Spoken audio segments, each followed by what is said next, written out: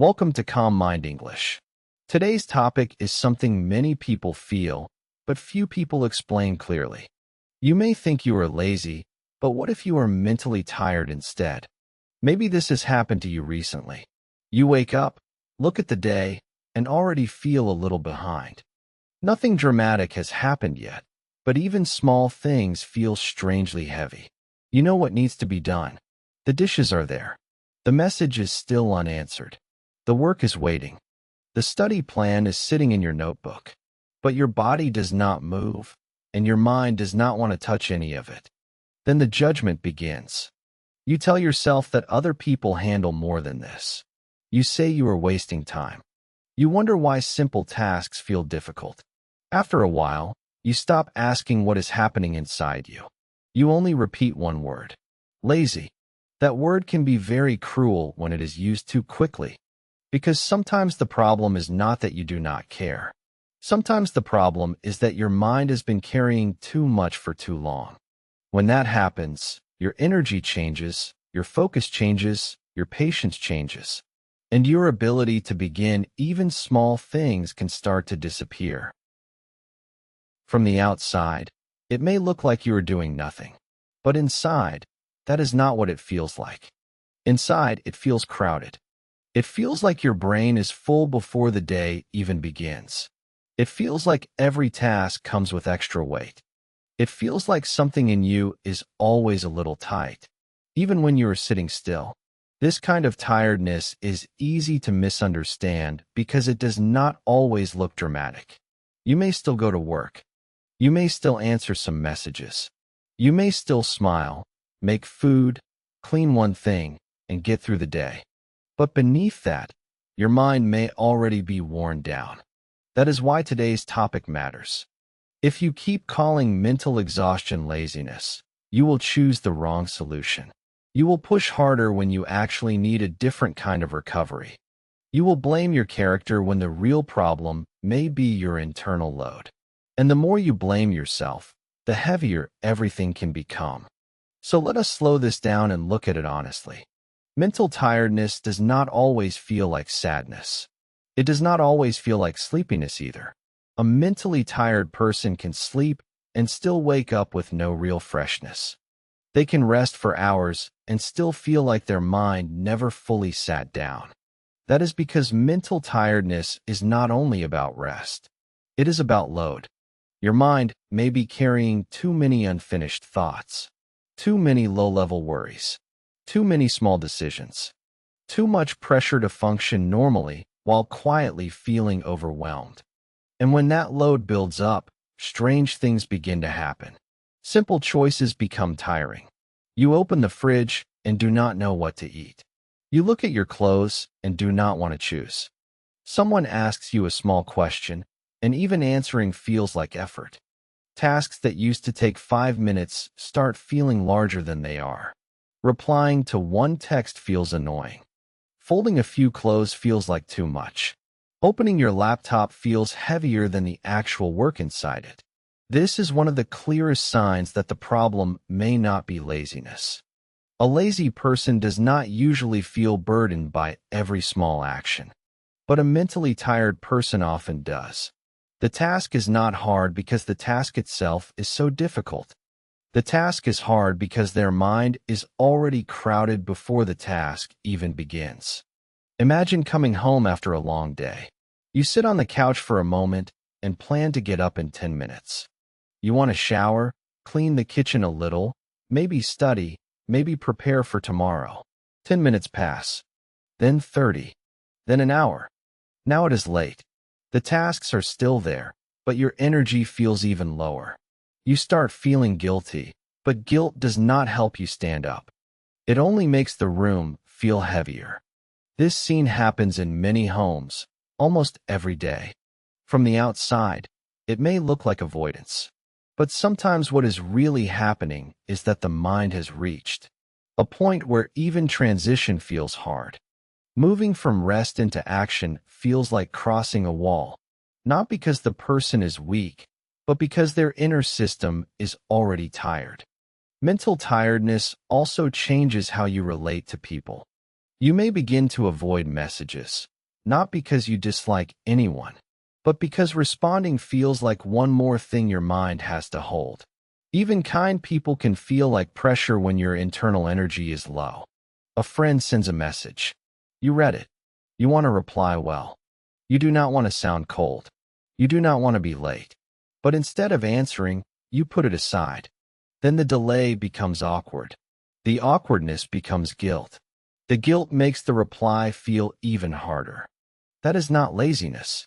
That is load turning simple connection into emotional effort. The same thing can happen with important goals. You may care deeply about your future.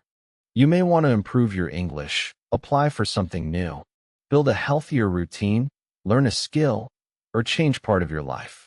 The desire is real. The problem is that desire and available mental energy are not the same thing. A person can want change and still feel unable to move.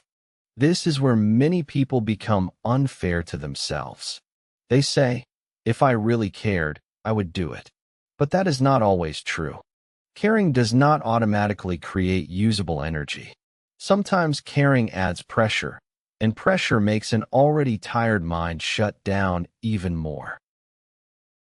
That is one reason mental exhaustion can look so confusing. You still care, but your behavior no longer matches the care you feel.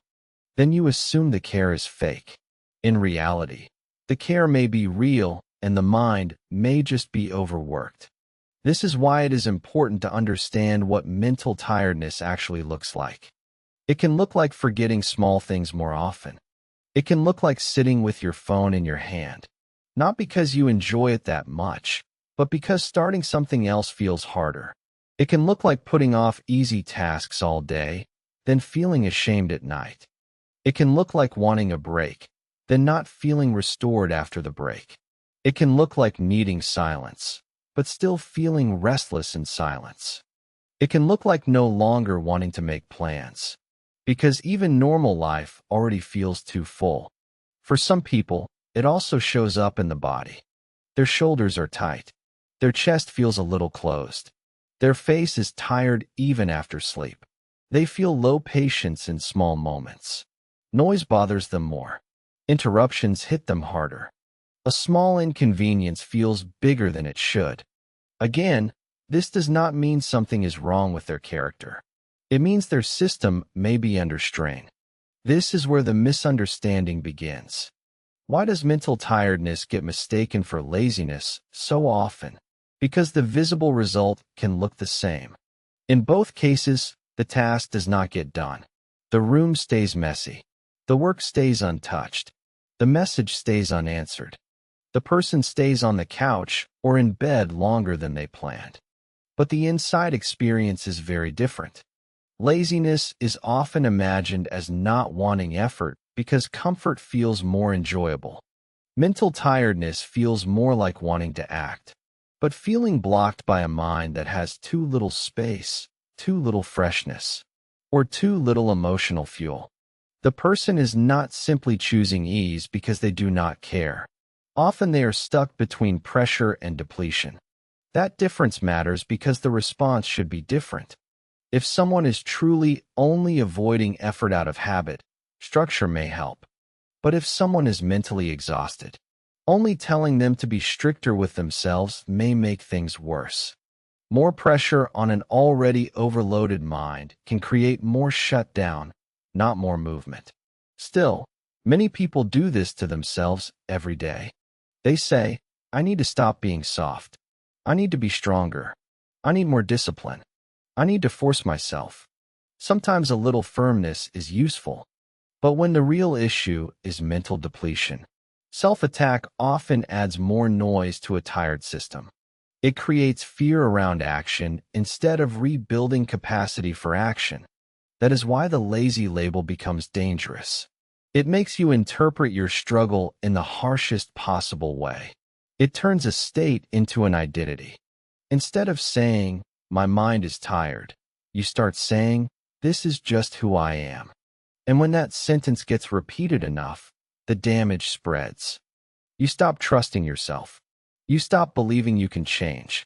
You stop making gentle attempts because you think the problem is deeper and more permanent than it really is. Now the original tiredness is joined by hopelessness. That is a painful combination.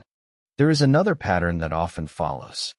The more mentally tired you become, the more likely you are to fall into a cycle that looks like laziness from the outside. It usually starts with overload. Maybe work has been demanding. Maybe family needs have been constant. Maybe your mind has been carrying worry for weeks. Maybe you have had too many unfinished things, too many emotional adjustments, too many ordinary pressures with too little real pause. At first, you still manage. You keep going. You push through. You handle what needs to be handled.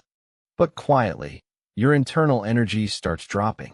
Small things begin to feel less simple. Focus takes more effort. Decisions take more effort.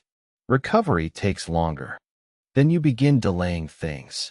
Not because you do not care, but because your mind is trying to escape one more demand. You tell yourself you will do it later when you feel better. But later comes with guilt. Now you are not only tired, you are tired and disappointed in yourself. You know the task is still waiting. You know the time passed. You know you said you would do it. That disappointment drains more energy. Then the next attempt feels even heavier. This is the hidden cycle. Tiredness leads to delay. Delay leads to guilt. Guilt leads to even less available energy. Then even easier tasks start feeling hard, and the person begins to believe they are becoming lazy. After a while, the problem is not just the task anymore. The problem becomes the emotional weight that now sits on top of the task. A simple email is no longer just a simple email. It now carries 3 days of avoidance, guilt, and pressure. A study session is no longer just a study session. It now carries the memory of all the times you meant to begin but did not. That is why mentally tired people often say, "I do not know why this feels so big." It feels big because it is no longer only the task. It is the task plus the story surrounding it. You see this clearly at night. During the day, people delay, distract themselves, move from one small escape to another, and try not to think too hard. But at night, the mind often becomes quieter.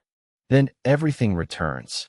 The undone work, the messy room, the unanswered message, the health habit you said you would restart, the studying you keep postponing, the conversation you have been avoiding. Now you feel the weight of all of it at once. And because the mind is tired, it often turns that weight inward, not into clear understanding, but into self-judgment. You say, "I should be able to handle this. Other people do more than this. Why am I like this?" That is when mental tiredness becomes emotional pain. This is also why rest does not always fix it. Many people think, "I just need a day off." Sometimes that helps.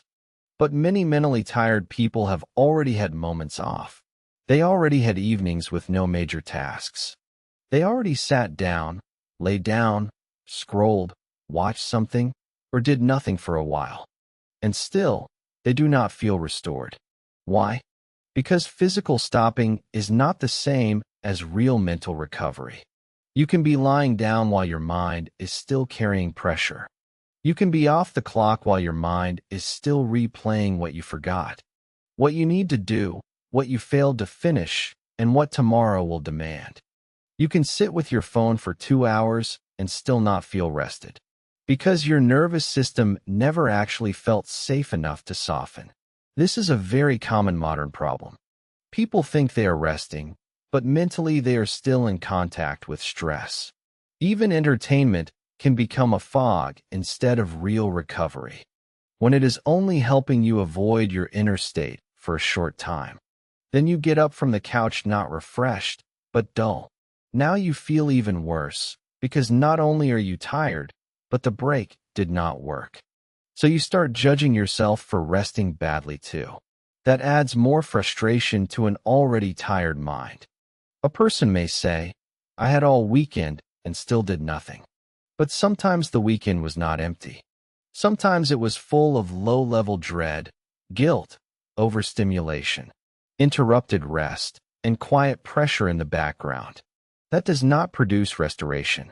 Mental tiredness often remains because the mind is not only tired from activity, it is tired from tension. It is tired from holding too much at once. It is tired from trying to stay functional while feeling emotionally crowded. That is why the solution is not always more force. Sometimes what your mind needs is not a stronger lecture. It needs less internal noise, less shame, less emotional dragging, and a gentler path back into motion. This is where many people need a new idea. When you are mentally tired, you do not always need to become more intense. You may need to become more skillful with how you restart, more skillful with how you reduce friction, more skillful with how you interpret what is happening inside you. Because once you stop calling every low-energy season laziness, you can begin asking better questions. What has my mind been carrying lately? What keeps staying open in the background of my thoughts? What am I trying to push through without admitting it is heavy? Where has guilt been taking more energy than the task itself? These questions do not solve everything, but they change the quality of your attention. They move you from attack into understanding. Understanding matters because recovery begins more easily when the mind no longer feels like it is being punished for struggling. That does not mean you remove all responsibility. It means you use the right kind of responsibility, not the kind that says, something is wrong with me. The kind that says, I need to work with my mind more honestly. So what helps when you are mentally tired? First, reduce the size of reentry. When your mind is exhausted, the hardest part is often not the task itself. It is getting back in contact with the task. So make that contact small. If the room feels too overwhelming, do not start with the whole room. Clear one surface. If studying feels impossible, do not promise an hour. Open the material and do 10 quiet minutes. If replying to people feels heavy, answer one person with one simple message. This matters because large reentry creates more resistance. Small reentry lowers the threat level. It tells the mind, we are not doing everything right now. We are only touching the edge.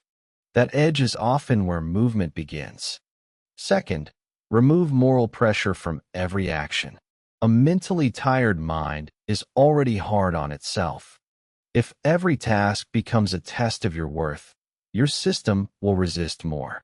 Folding clothes is not proof that you are finally becoming a good person.